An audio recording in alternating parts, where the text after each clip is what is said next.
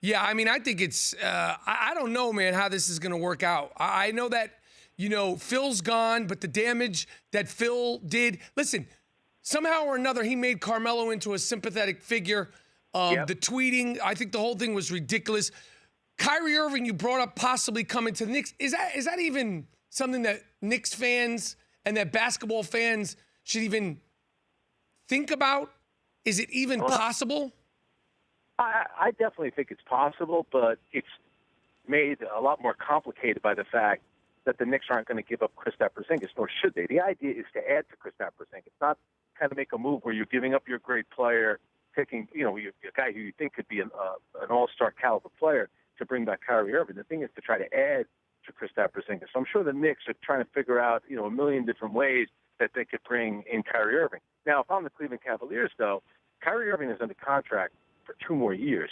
And if you wait until December 15th, that's when a majority of free agents are eligible to be traded, guys that were signed this summer. So that creates more options for you. And I know David Griffin said on ESPN yesterday, the former general manager, that he believes that Kyrie will definitely be traded. The key now will be, is he going to get traded before training camp begins? Because as you know, I'm rooting for chaos. So there'd be nothing better than seeing Kyrie Irving have to show up at training camp with LeBron James, and that whole drama would have to happen. So I don't know what Cleveland's timeline is. I do know this. You have to try to get the best deal for yourself, regardless of where you're going to trade him.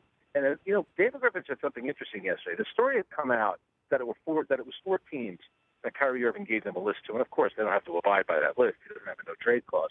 But it was Miami, San Antonio, the Knicks, and Minnesota. But yesterday, David Griffin twice referenced the Boston Celtics as teams that Kyrie wants to play for.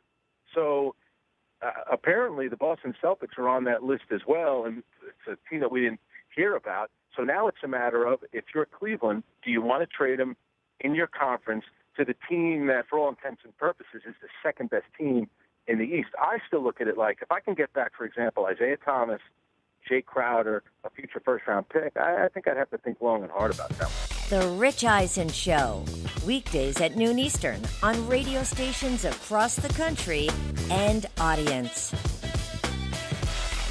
Isn't it amazing you can download an app with your thumbprint? You should download our app with your thumbprint.